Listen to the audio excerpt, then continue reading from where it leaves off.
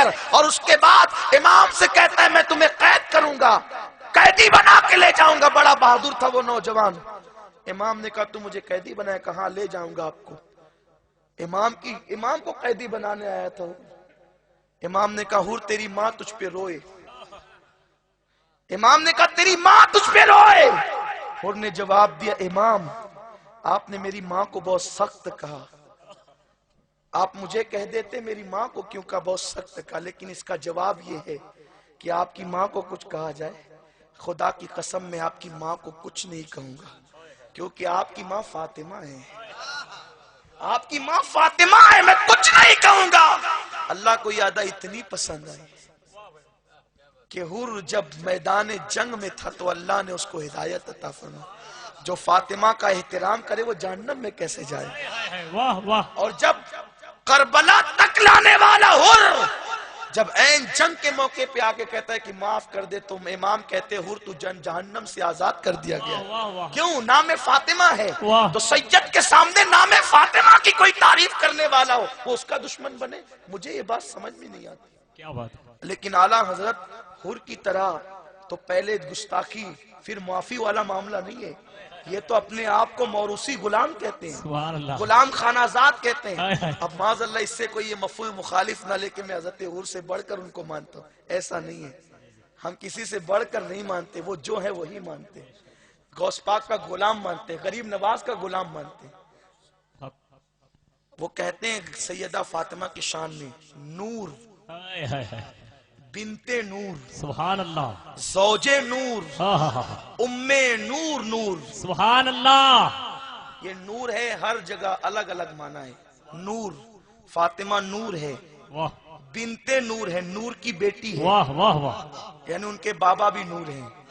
زوج نور، نور کی بیوی ہے، ہاں ہاں ہاں، ان کے شوہر بھی نور ہے، ام نور، نور آئے وہ ہائے، نور نور کی ماں ہے، واہ واہ واہ، ایک نور امام حسن ہے، ایک نور امام حسین ہے۔ سبحان اللہ، نور بنت نور، زوج نور، ام نور، نور نور مطلق کی کنیز، اللہ نے لمعہ نور کا سبحان اللہ، تیری نسل پاک میں ہے، بچہ بچہ نور کا تو ہے عین نور، تیرا سب گھرانہ نور کا۔ سبحان اللہ، نعرہ تکبیر، نعرہ رسالت، خاندان کربلا، اولاد غوث اعظم۔ حضرت نے فتاوی رضویہ میں لکھا آقا علیہ السلام کی خلافت الگ ترتیب ہے، ہم خلیفہ بلا فصل حضرت صدیق اکبر کو مانتے ہیں، لیکن اہل سنت کا عقیدہ بتاتے ہیں اعلیٰ حضرت حضور علیہ السلام نے حدیث میں جتنی حدیث حضور علیہ السلام نے مولا علی کی شان میں بیان کی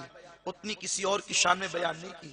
اعتقاد الاحباب میں اعلیٰ حضرت نے یہ لکھا، کیا لکھا کہ اللہ کے رسول صلی اللہ علیہ وسلم کی احادیث مولا علی کی شان میں جتنی زیادہ آئی اتنی زیادہ کسی صحابی کی شان میں نہیں آئی۔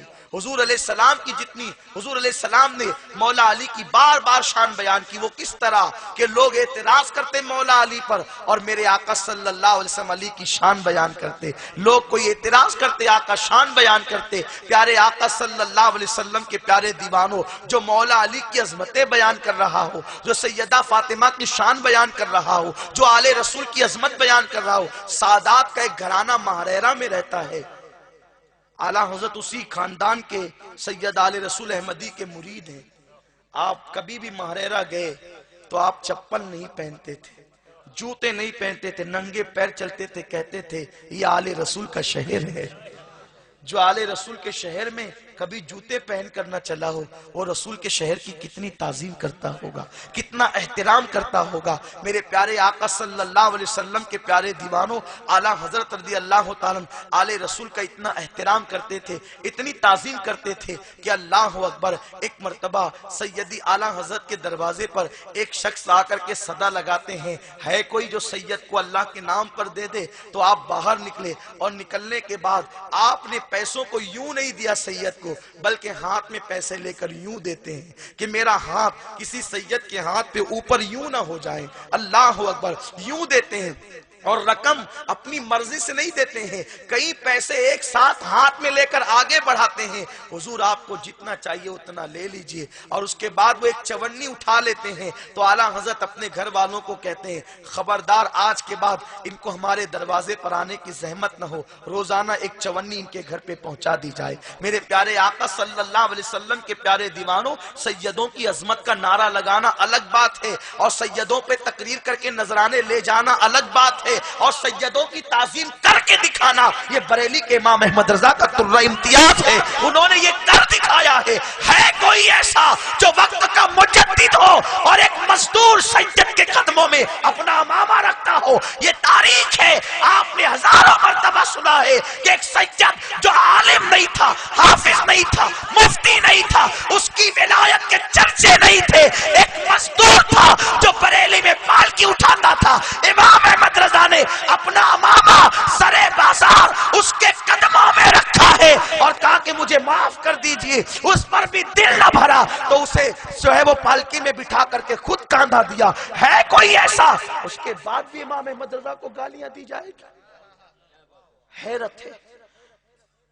اگر کوئی سید صاحب یہ کرتے ہوں، میں تو اپنی سیادت کے ڈنکے بجانے کا عادی نہیں ہوں، مجھے شرم بھی آتی، لیکن ایک بات ضرور کہتا ہوں، الحمدللہ ہمارا وہ گھرانہ ہے کہ حضرت اورنگزیب عالمگیر رحمت اللہ علیہ نے جو ہے وہ میرے جد کریم کو مالیگاؤں شہر کا قاضی القضات بنایا تھا، آج بھی ہے، مہریں عطا کی تھی، ان کی سندیں ہیں، ان کی جاگیر کے کاغذات ہمارے پاس آج بھی موجود ہے۔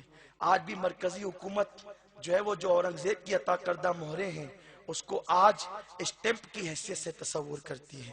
الحمدللہ ایک بات کہتا ہوں، میں بھی سید ہوں، اس لیے یہ کہنے کا حق چاہتا ہوں، اگر کوئی سید صاحب اعلیٰ حضرت کو پٹھان کہہ کر گالی دیتے ہوں گے تو میں ان سے پوچھتا ہوں کل اپنے نانا کو کیا منہ دکھاؤ گے؟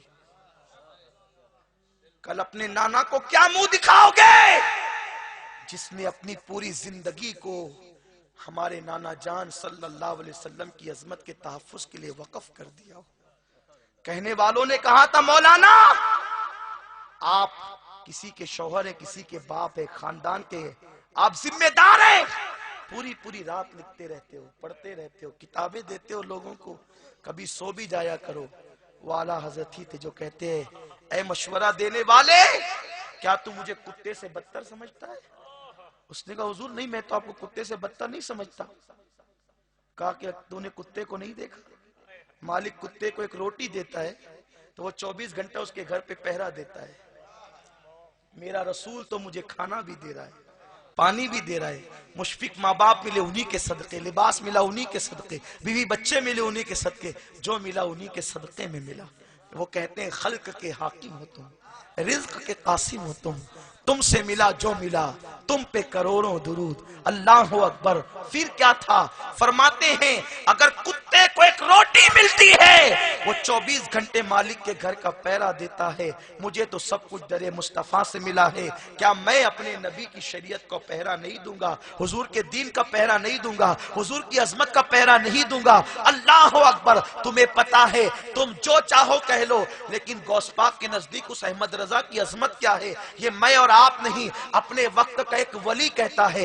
حضرت علامہ سید قمر الدین سیالوی رحمت اللہ علیہ جو پاکستان کے اندر ایک ولی اور کتب کی حیثیت سے مانے جاتے ہیں، انہوں نے خود بیان کیا ایک مرتبہ میں نے خواب میں سرکار غوث پاک کا دیدار کیا اور غوث العظم کی زیارت ہوئی تو میں نے پوچھا یا غوث الثقلین کون اس دنیا میں آپ کا اس وقت نائب ہے تاکہ میں جا کے ملاقات کروں؟ جب غوث اعظم سے میں نے پوچھا آپ کا نائب کون ہے، علامہ سید قمر الدین سیالوی کہتے ہیں غوث پاک نے کہا میرے نائب کے بارے میں پوچھتا ہے، ہندوستان کے شہر بریلی میں احمد رضا رہتا ہے، وہی میرا نائب ہے۔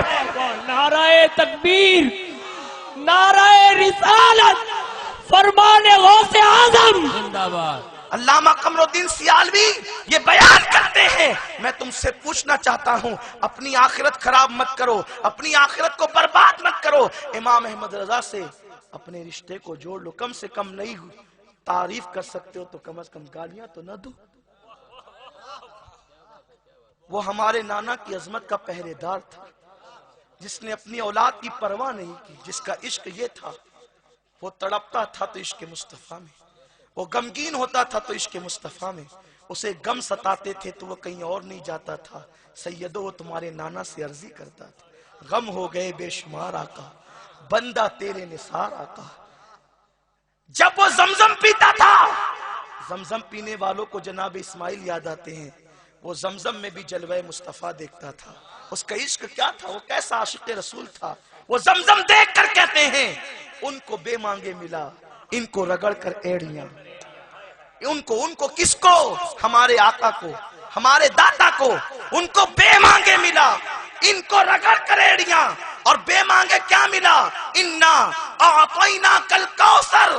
کوثر میں تو بہت اٹھاتے ہیں، لیکن کوثر سے مراد حوض کوثر بھی ہے، ان کو بے مانگے ملا۔ میرے نبی کی شان یہ ہے کہ ان کو بے مانگے کوثر ملا، ان کو رگڑ کر ایڑیاں، ان کو رگڑ کر زمزم ملا ہے۔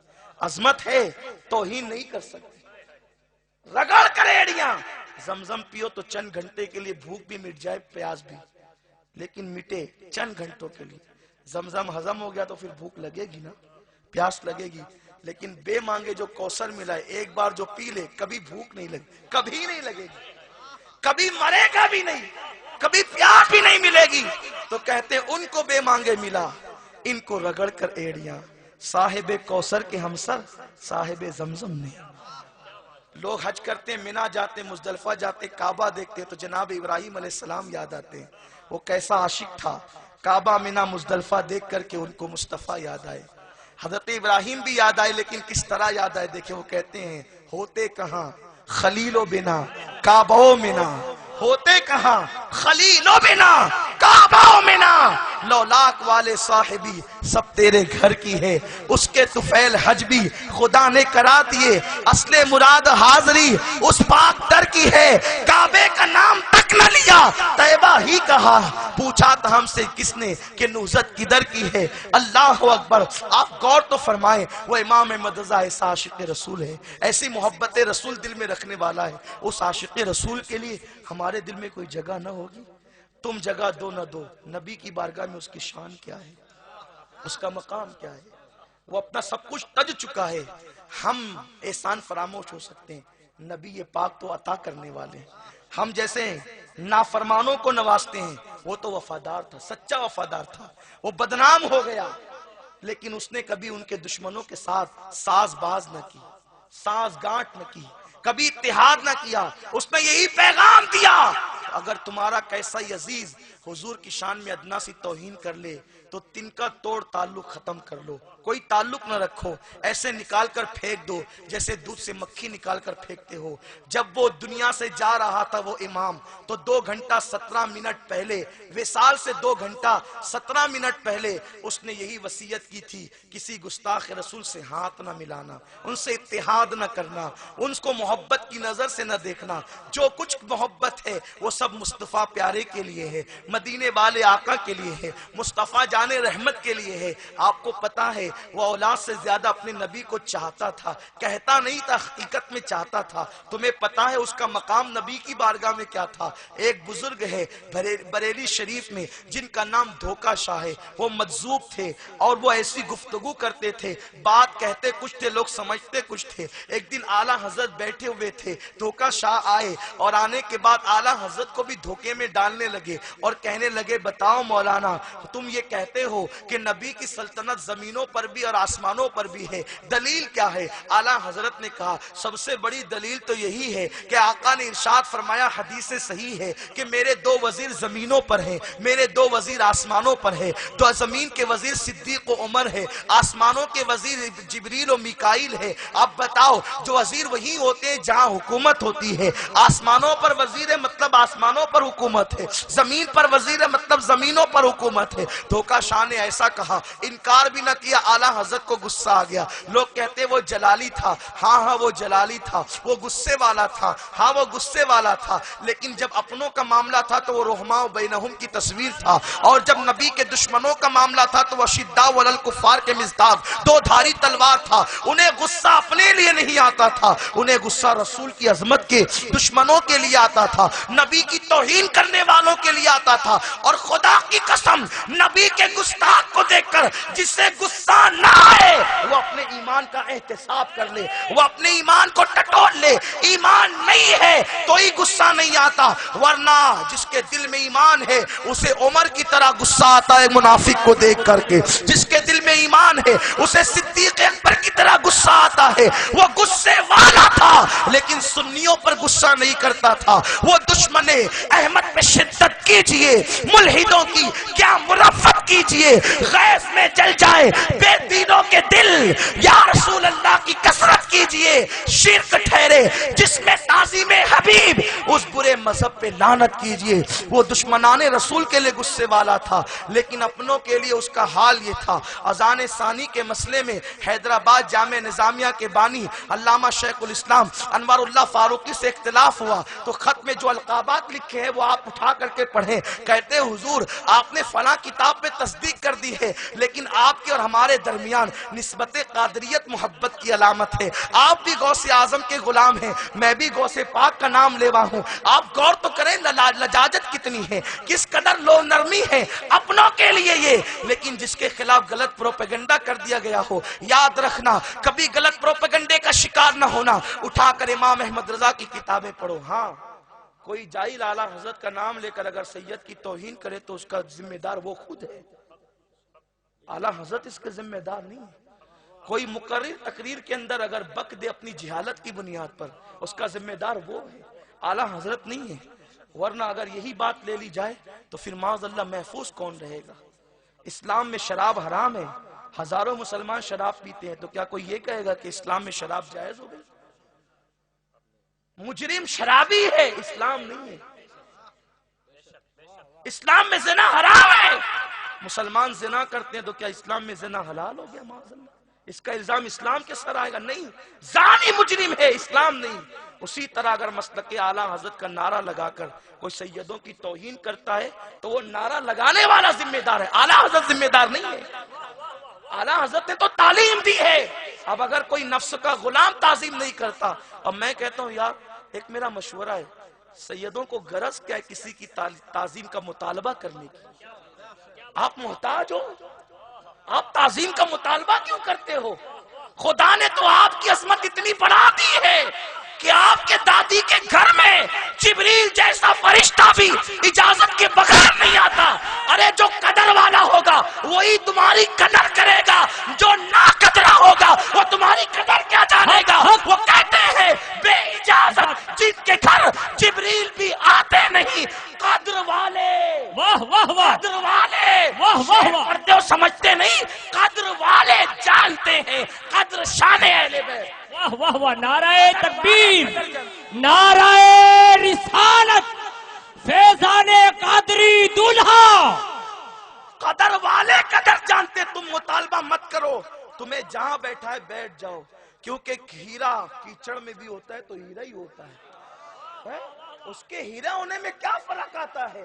تمہاری رگوں میں جو خدا نے خون مصطفیٰ دے دیا ہے اس کی برکت تو یہاں بھی ملنا ہے، قبر میں بھی ملنا ہے۔ اور آقا نے فرما دیا کہ جو فاطمہ کی اولاد ہے ان پر قیامت تک کی جو اولاد ہے ان پر اللہ نے جہنم کی آگ کو حرام فرما دیا ہے۔ آپ کیوں مطالبہ کرتے ہو؟ چھوڑ دو سب کو ان کے حال پہ، جو احترام کرے گا اس کو احترام ملے گا، ورنہ آپ تو قابل احترام ہوئی۔ کبھی آپ مطالبہ نہیں کریں، اپنی عظمت کبھی مانگ کر نہ لیں۔ یارو تم دینے والے کی اولاد ہو، بھیک کیوں مانگتے ہو کسی سے تعظیم؟ کیوں بھیک مانگتے ہو کسی سے تعظیم کی؟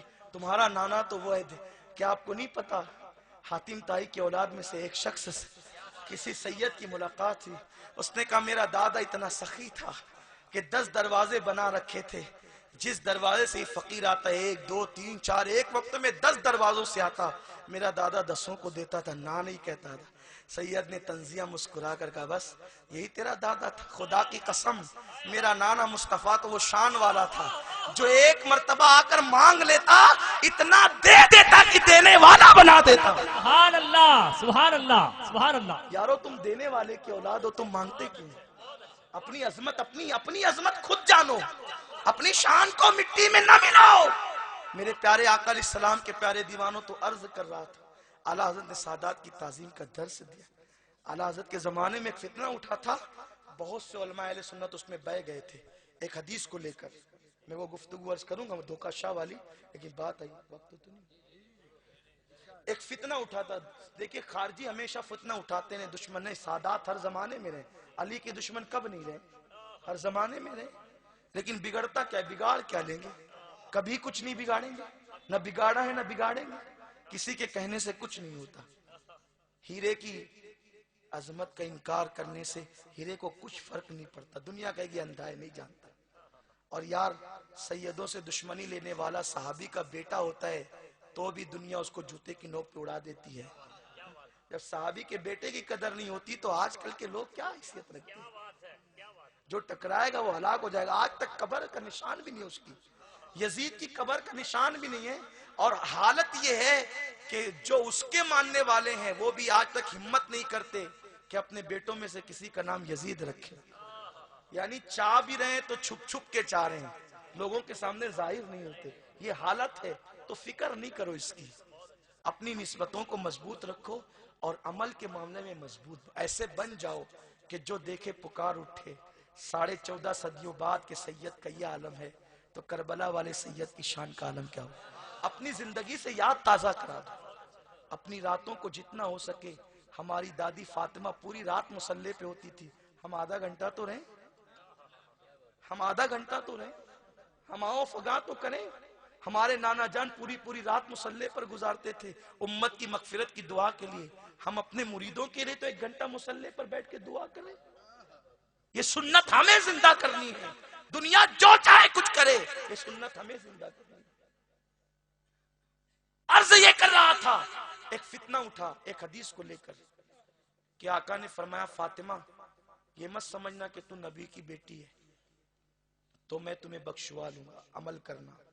یہ حدیث پاک پر لوگوں نے فتنہ اٹھایا کہ دیکھو حضور اپنی بیٹی کو بخشوا نہیں سکتے اور نسب کام نہیں آ سکتی، اور اس پر کچھ علماء نے فتویٰ بھی دے دیا، دستخط بھی کر دی اور تصدیق کے لیے اعلیٰ حضرت کے پاس بھیجا۔ اعلیٰ حضرت نے اس کے پرچے اڑا دیے، اس پر پوری ایک کتاب لکھی امام احمد رضا نے اور نسب کی عظمت کو بیان کی۔ اس میں سے کچھ اشارے دیتا ہوں۔ اعلیٰ حضرت فرماتے ہیں کہ اگر نسب کا اعتبار نہ ہوتا تو حضور یہ کیوں کہتے جو خلیفہ ہوگا وہ قریشی ہوگا۔ قریشی سے مراد وہ قصاب والا قریشی نہیں، بنو قریش، بنو قریش۔ ورنہ یہ وضاحت ضروری ہوتی ہے ہندوستان میں بیان کرتے وقت، ورنہ کل کوئی سر پہ مصیبت نہ کھڑی کر دے۔ تو جو یعنی کہ حضور علیہ السلام کے قبیلے کا ہوگا، جو امیر ہوگا، امیر المومنین ہوگا، جو خلیفہ ہوگا وہ حضور علیہ السلام کے قبیلے قریش کا ہوگا۔ اسی لیے دیکھیں آپ 4 خلفاء ہوئے بلکہ 5 تو یہ قریشی ہوئے، خلافت راشدہ تو یہ قریشی تھے۔ اگر نسب کی بات نہ ہوتی تو حضور یہ کیوں کہتے؟ اس کے بعد آقا فرماتے ہیں، اس کے بعد اعلیٰ حضرت رضی اللہ تعالیٰ آقا کا فرمان لکھتے ہیں، جناب ام ہانی جو حضور علیہ السلام کی جو ہے وہ چچازاد بہن تھی، علی مرتضیٰ کی سگی بہن، جناب ابو طالب کی بیٹی ام ہانی، انہوں نے اپنے بھائی جعفر کی شہادت پر جو ہے وہ نوحہ کیا، اور نوحہ کرنے والوں پر اللہ کے رسول نے لعنت فرمائی کہ جو موت پہ نوحہ کرے اس پہ لعنت۔ تو حضور کی حدیث کی بنیاد پر کسی نے کہا کہ تم تو بھائی کی موت پہ نوحہ کر رہی ہو، تم لعنتی ہو گئی ہو۔ وہ آئی حضور کی بارگاہ کا، حضور یہ مجھے لعنتی کہتے ہیں۔ آقا منبر پہ چڑھے اور فرمایا کہ تم میری اہل بیت کے ساتھ ایسی گفتگو کرتے ہو؟ اور آقا کریم صلی اللہ علیہ وسلم نے اپنی اہل بیت کے لیے پھر فرمایا سنو، میری اہل بیت وہ ہے کہ جن پر اللہ نے جہنم کی آگ کو حرام فرما دیا۔ اس کے بعد اعلیٰ حضرت لکھتے ہیں آقا کریم نے فرمایا جو میری آل کے آگے ہوگا اللہ اس کو پیچھے کرے گا، ان کو کبھی پیچھے کر کے آگے مت جانا، ان کو نیچے کر کے کبھی اوپر مت ہونا۔ فرمایا اللہ کے رسول صلی اللہ علیہ وسلم نے جو میری آل کو پیچھے کر کے آگے جائے، نیچے کر کے اوپر جائے، قیامت کے دن جب وہ آئے گا اس کی پیشانی پہ لکھا ہوگا یہ اللہ کی رحمت سے محروم کر دیا گیا۔ یہ ساری احادیث بیان کرتے ہیں اور نسب کی عظمت کو ثابت کرتے ہیں۔ اور حضور محدث اعظم کی چوچوی اس پر اس رسالے کو اپنے ایک شعر میں بیان کرتے ہیں۔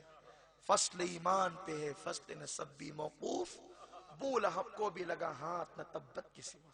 یہ سب نسبتیں اسی وقت کام آئے گی جب دنیا سے ایمان پر جاؤ گے، ورنہ اگر ایمان نہیں تو پھر ابو لہب کے لیے تو سورہ تبت یدا نازل ہو گئی۔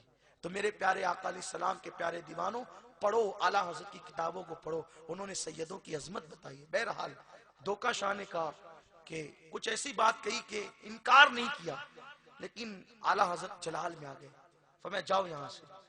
ادھر دھوکہ شاہ نکلے، مجذوب تھے۔ مفتی اعظم کی عمر اس وقت 6 سال کی تھی، چھت پہ کھڑے تھے، گرے تو بے ہوش ہو گئے۔ ڈاکٹروں کو حکیموں کو بتایا، ہوش نہیں آیا۔ اعلیٰ حضرت کی والدہ نے بلایا، کہا دیکھ تو نے دھوکہ شاہ کو ڈانٹا نا، تو یہ بچہ گر گیا، اب ہوش میں نہیں آتا۔ عورتیں تو ہوتی ہیں ایسی، کہا جا معافی مانگ ان سے، بچہ ہوش میں آ جائے گا۔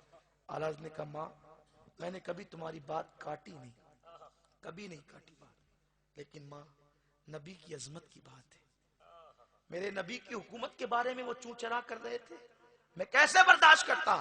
کہا بیٹا بچہ بے ہوش ہو گیا، ہوش میں نہیں آتا، دوائیں اثر نہیں کر رہی ہے۔ اعلیٰ حضرت کا جواب تھا ماں مگر میں معافی نہیں مانگوں گا، اپنے موقف سے نہیں ہٹوں گا، اگر یہ ایک مصطفیٰ رضا کیا اللہ ہی جیسے خوبصورت 1000 بیٹے عطا کرے اپنے نبی کی عظمت پہ قربان کر دوں۔ بس یہ جملہ کہنا تھا۔ دھیرے دھیرے مفتی اعظم ہوش میں آ گئے، ہوش آ گیا، پوری رات گزری۔ صبح کو فجر کے بعد اعلیٰ حضرت فجر کی نماز پڑھ کے اتر رہے تھے، مسجد رضا کی سیڑھیاں دھوکہ شاہ پھر آئے، لوگوں نے کہا اب کیا مصیبت لائیں گے، تو دھوکہ شاہ کھڑے ہو کر کہتے تھے مولانا مجھے معاف کر دو۔ مجذوب وقت کا معافی مانگ رہا تھا، کیونکہ مجدد وہ ہوتا ہے جس طرح وہ علماء اس کی طرف رجوع کرتے ہیں، وہ اپنے زمانے کے ولیوں کا بھی سردار ہوتا ہے، اولیاء اس کی طرف رجوع کرتے ہیں روحانیت کے معاملے۔ یہ اس زمانے میں مجدد کا معاملہ بڑا پیچیدہ ہو گیا ہے، اللہ تعالیٰ خیر فرمائے کہ بس الیاذ باللہ میں کیا کہوں، کچھ کہوں تو چھوٹا منہ بڑی بات ہوگی، لیکن افسوس کی بات ہے ہر چیز کو ہم نے القابات سمجھ کر جس کو چاہ چپکا دیا، چسپا کر دیا، دیکھا نہیں کون کیسا ہے۔ ہر عالم علامہ ہے، ہر خطیب خطیب الہند ہے، حیرت کی بات ہے، افسوس ہے اہل سنت و جماعت جتنا محتاط مسلک تھا اب اس میں اتنی زیادہ لوگوں نے بے احتیاطیاں پیدا کر دی۔ العیاذ باللہ ہمارے اسلاف تھے جو کوئی اپنے آپ کو دباغ کہتا تھا، کوئی سوری کہتا تھا، کوئی خیاط کہتا تھا، ہم اپنے لیے آج بڑے بڑے القابات پسند کرتے ہیں۔ اگر کبھی ناظم القابات نہ دیں تو آخری تک کہ اس کو گھور گھور کر دیکھا جاتا ہے، میرے القابات بیان نہیں کیے۔ ایک زمانہ وہ تھا کہ سرکار مجاہد ملت علیہ رحمہ کسی نے کہہ دیا کہ یہ اللہ کے ولی ہیں تو آنکھوں میں آنسو آ گئے اور کہتے ہیں قیامت کے دن جب اللہ مجھے جہنم میں ڈالے گا تو عرض کروں گا مولا تیرے بندے جو کہتے تھے اس کی تو لاج رکھ لے، اس کی لاج رکھ۔ یہ حالات تھے۔ بہرحال حضرت دھوکہ شاہ علیہ رحمہ معافی مانگ رہے تھے، حالات کہتے کیوں معافی مانگ رہے ہو، کل تو بڑے کر و فر کے ساتھ گفتگو کر رہے تھے۔ کہا مولانا بات سمجھ میں آ گئی، اللہ نے مجھے وہ منصب عطا کیا ہے کہ روزانہ رات کو میں اپنی رات رسول اللہ کے ساتھ گزارتا ہوں۔ آج رات جب بارگاہ رسالت میں پہنچا تو وہ عنایتیں نہیں دیکھی جو ہمیشہ ہوا کرتی تھی۔ معلوم کرنے پر پتا چلا تو پتا چلا کہ احمد رضا کو ناراض کر کے آیا ہے، اس لیے عنایتوں سے محروم ہو گیا ہے۔ آج معافی مانگ رہا ہوں، معاف کر دو۔ آپ ہی کا موقف صحیح ہے، یہ اعلیٰ حضرت کا مقام ہے مصطفیٰ جان رحمت کی بارگاہ۔ ایک شامی بزرگ ملک شام کے رہنے والے اعلیٰ حضرت کے وصال کے بعد ہندوستان آئے، اجمیر شریف حاضر ہوئے، وہاں لوگوں سے پوچھا مولانا احمد رضا کہاں رہتے ہیں، لوگوں نے بریلی شریف کا پتہ دیا، مختصر کر رہا ہوں، بریلی شریف کا پتہ دیا، وہاں پہنچے تو پوچھا کہ مولانا احمد رضا کہاں رہتے، تو لوگوں نے بتایا کہ ان کا تو انتقال ہو گیا، تمہیں اعلیٰ حضرت سے کیا غرض، تم کہاں کے ہو؟ کہا کہ میں شام کا ہوں، بارگاہ رسالت میں سو رہا تھا، بارگاہ رسالت مدینہ منورہ میں سو رہا تھا، یا بعض لوگ یہ بھی لکھتے ہیں کہ ملک شام میں سو رہا تھا۔ بہرحال واللہ اعلم، دونوں باتیں، میں نے خواب دیکھا کہ حضور علیہ السلام کا دربار لگا ہے اور جانے محفل کسی کا انتظار کر رہے ہیں، جب حضور آ جائیں تو پھر انتظار کس کا؟ میں بے چین ہو کر کے کہنے لگا حضور میرے ماں باپ آپ پہ قربان، جب آپ ہے تو اب انتظار کس کا ہو رہا ہے؟ تو آقا نے فرمایا بریلی کے احمد رضا کا انتظار ہو رہا ہے۔ وہ خواب آپ نے کب دیکھا تھا؟ کہا میں نے جمعہ کے دن دیکھا تھا۔ وقت تو کون سا تھا؟ پتا چلا جو اعلیٰ حضرت کے انتقال کا وقت تھا وہی وقت وہ خواب دیکھ رہے تھے، گویا کہ میرے آقا روح اعلیٰ حضرت کا انتظار فرما رہے تھے اور شفقتوں کا اظہار فرما رہے تھے۔ امام احمد رضا کی شان یہ مقام ان کو کیوں ملا؟ انہوں نے اپنا سب کچھ نبی پہ قربان کر دیا۔ وہ کہتے ہیں مورا تن من دھن سب پھونک دیا، مورا تن من دھن سب پھونک دیا، یہ جان بھی پیارے جلا جانا۔ وہ آقا سے ایسی محبت کرتے تھے۔ یہی محبت ہے جو انسان کو عروج عطا کرتی ہے، ترقی عطا کرتی ہے۔ اور یاد رکھو اعلیٰ حضرت اللہ کے ولی تھے۔ بخاری شریف کی حدیث ہے، آقا فرماتے ہیں اللہ کا فرمان ہے کہ جو میرے ولی سے عداوت کرے میں اس کے ساتھ اعلان جنگ کرتا ہوں۔ ایمان خطرے میں پڑ جاتا ہے، اس لیے کسی ولی سے عداوت نہ کرو، غلط پروپگنڈے کا شکار نہ ہو۔ وہ امام احمد رضا ہی تو ہے جس نے دلیل کی زبان ہمارے مراسم کو عطا فرمائی ہے۔ مسلمانوں ہم چادریں چڑھاتے تھے لیکن چادر چڑھانے کا ثبوت فارسی اور عربی زبانوں میں تھا، اردو زبانوں میں کہاں تھا؟ وہ احمد رضا ہے جس نے رات بھر جگ کر عربی اور فارسی کو جو ہے وہ اردو زبانوں میں عطا کیا۔ ایک جگہ دلیل دی، دلیلیں دے کر ہر چیز کو ایک جگہ بیان کیا۔ انگوٹھے چومنے پر اعتراض ہوا، منیر العین نام کا ایک پورا رسالہ لکھا اور انگوٹھے چومنے کا ثبوت پیش کیا۔ آقا سے مانگنے کے ثبوت پر اعتراض ہوا کہ حضور نہیں دیتے، اور اگر دیتے ہیں تو ثبوت کیا ہے؟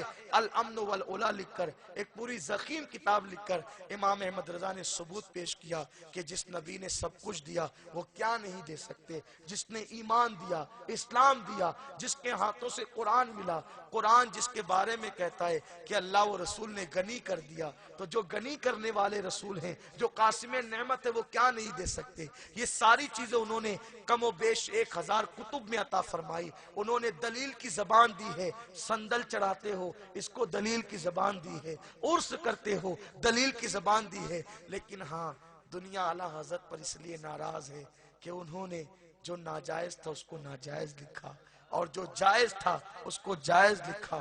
آپ کو پتا ہے لوگ اس زمانے میں پیروں کو سجدہ کرتے تھے۔ الزبدۃ الزکیہ، یہ سجدہ تحیت، سجدہ تعظیمی کی حرمت پر انہوں نے کتاب لکھی۔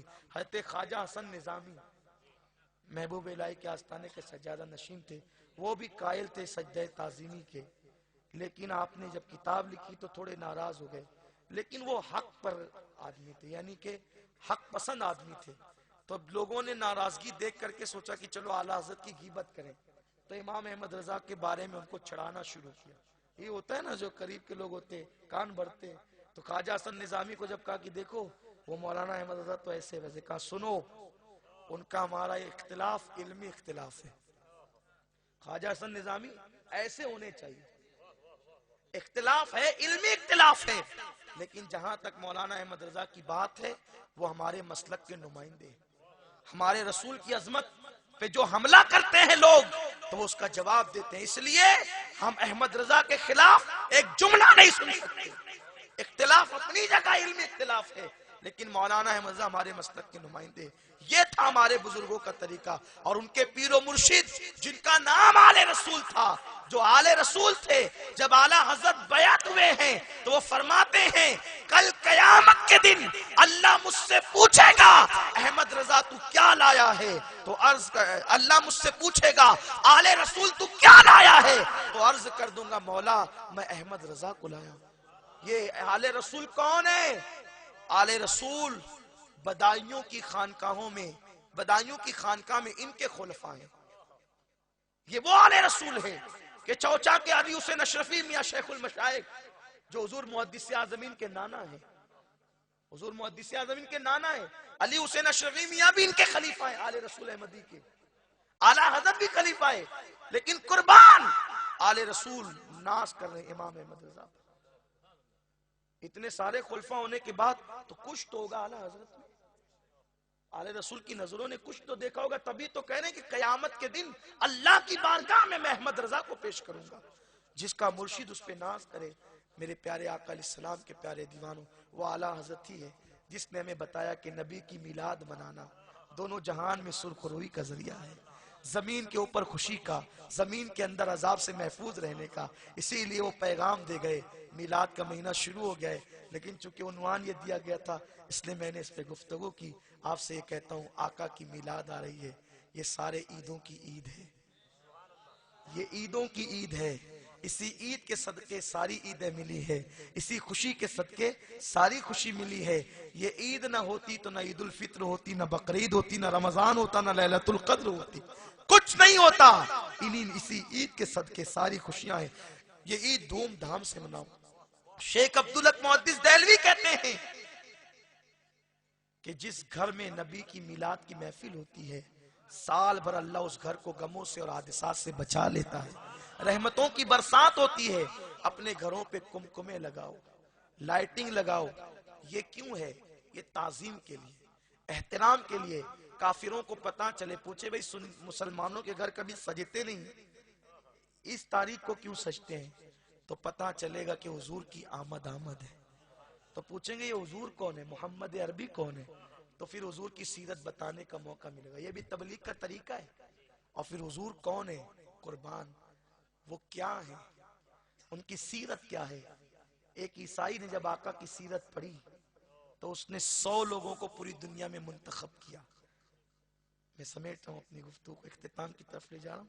100 لوگوں کو منتخب کیا. وہ سائنسداں تھا، مذہباً نصارہ تھا، لیکن پہلے نمبر پہ میرے آقا کا نام لکھا.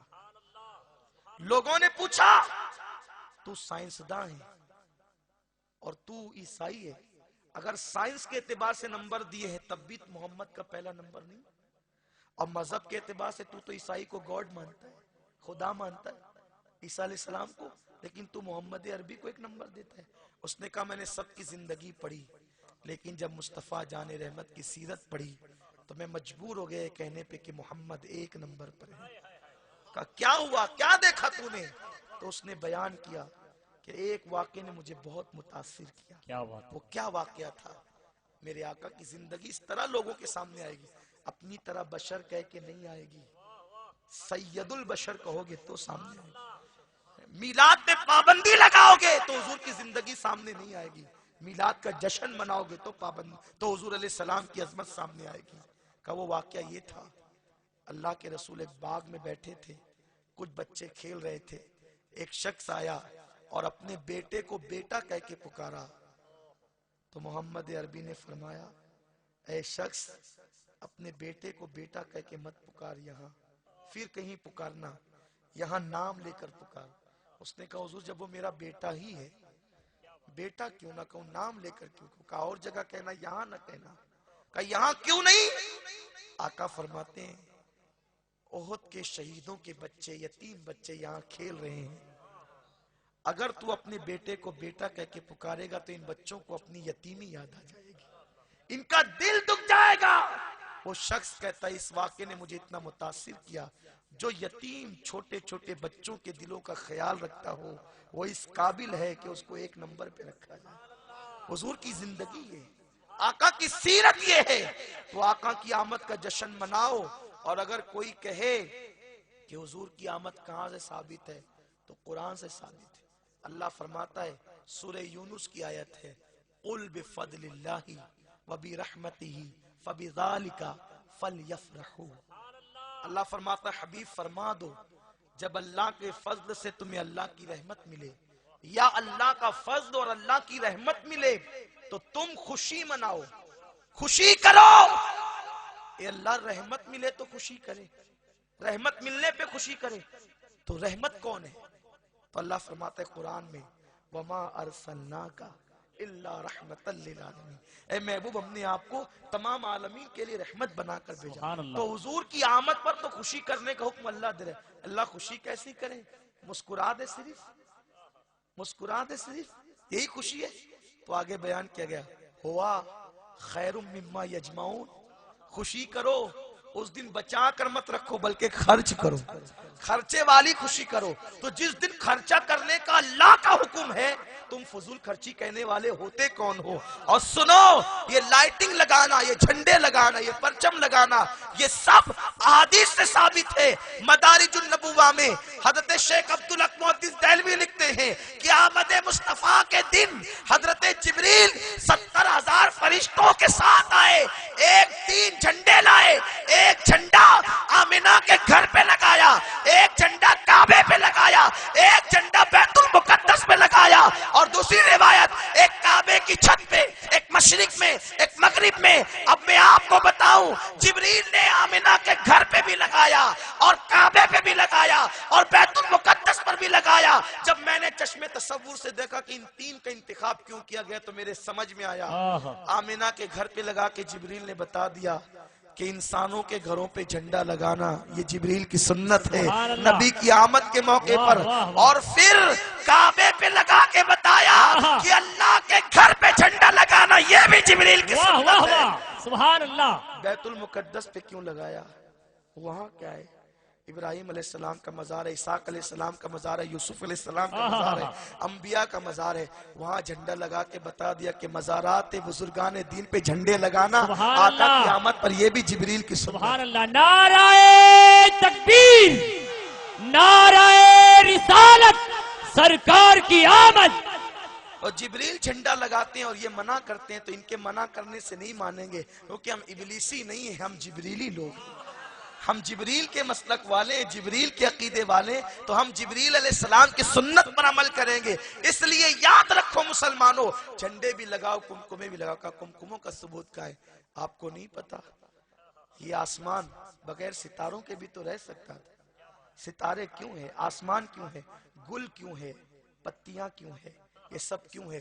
اللہ سے پوچھو کیوں ہے تو اللہ جواب دیتا ہے، لولا کلمہ خلقت الدنیا۔ محبوب کو پیدا کرنا نہ ہوتا تو نہ آسمان بنتے، نہ زمین بنتے، نہ چاند بنتے، نہ سورج بنتے، نہ ستارے بنتے، نہ سیارے بنتے۔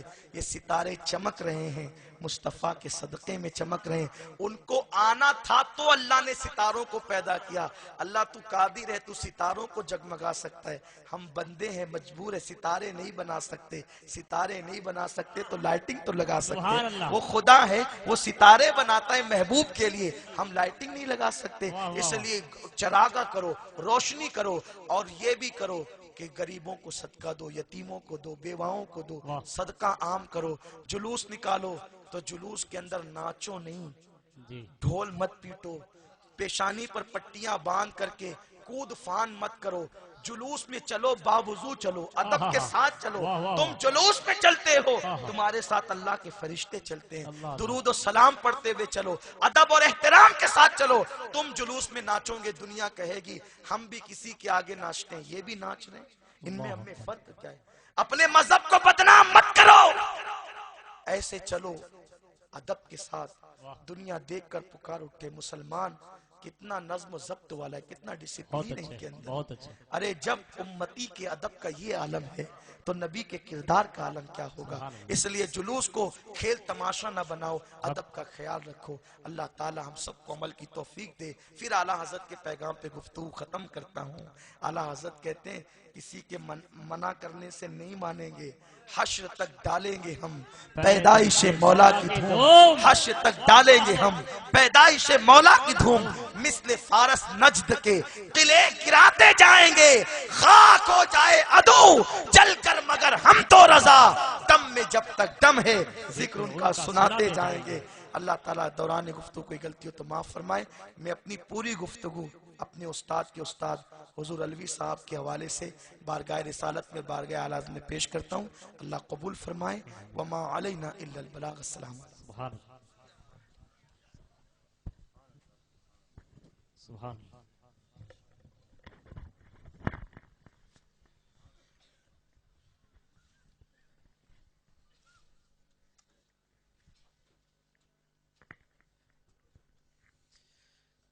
مصطفیٰ جان رحمت پہ لاکھوں سلام، شمع بز میں ہدایت پہ لاکھوں سلام، مصطفیٰ جان رحمت لاکھوں سلام شمع بز میں ہدایت لاکھوں سلام شہر یار ایرم تاجدار حرم نوبہار شفاعت پہ لاکھوں سلام مصطفیٰ جان رحمت پہ لاکھوں سلام شمع بز میں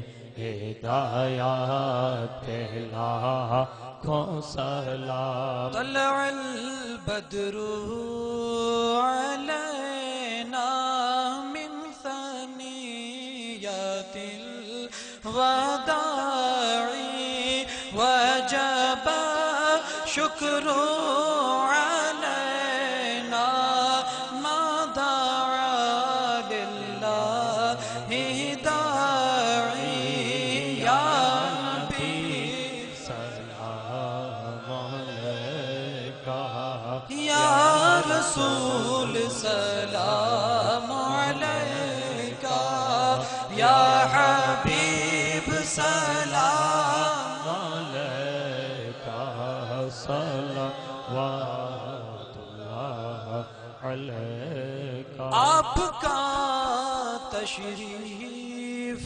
لانا وقت بھی کتنا سہانا جگمگا اٹھا زمانہ عورے گاتی تھی ترانہ یا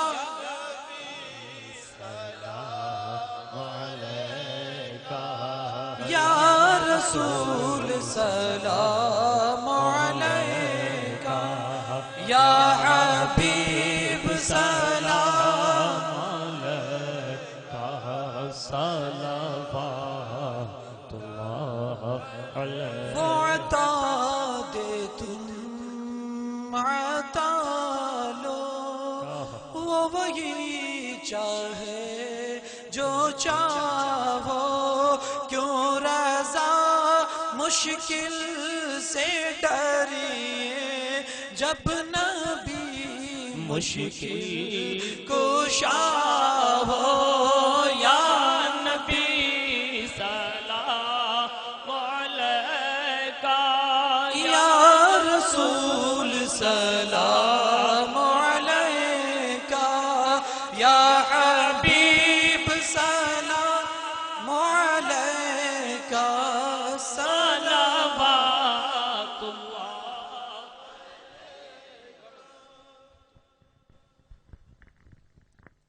الفاتحہ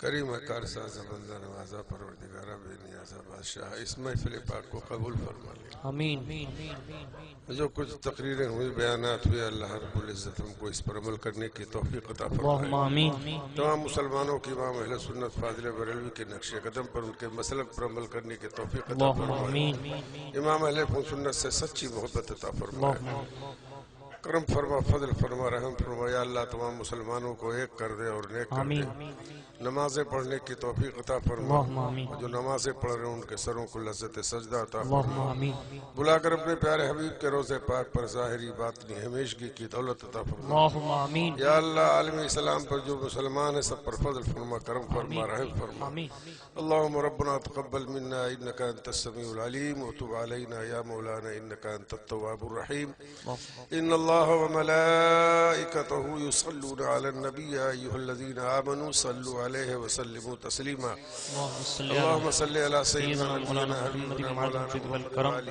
آلہ وصحبہ وسلم سبحان ربک رب العزت عما یصفون وسلام علی المرسلین والحمد للہ رب العالمین بحق لا الہ الا اللہ محمد رسول اللہ۔ تمامی حضرات تشریف رکھیں، ایک ضروری اعلان سماعت فرما لیں کہ باہر ایک مکتب لگا ہوا ہے جس میں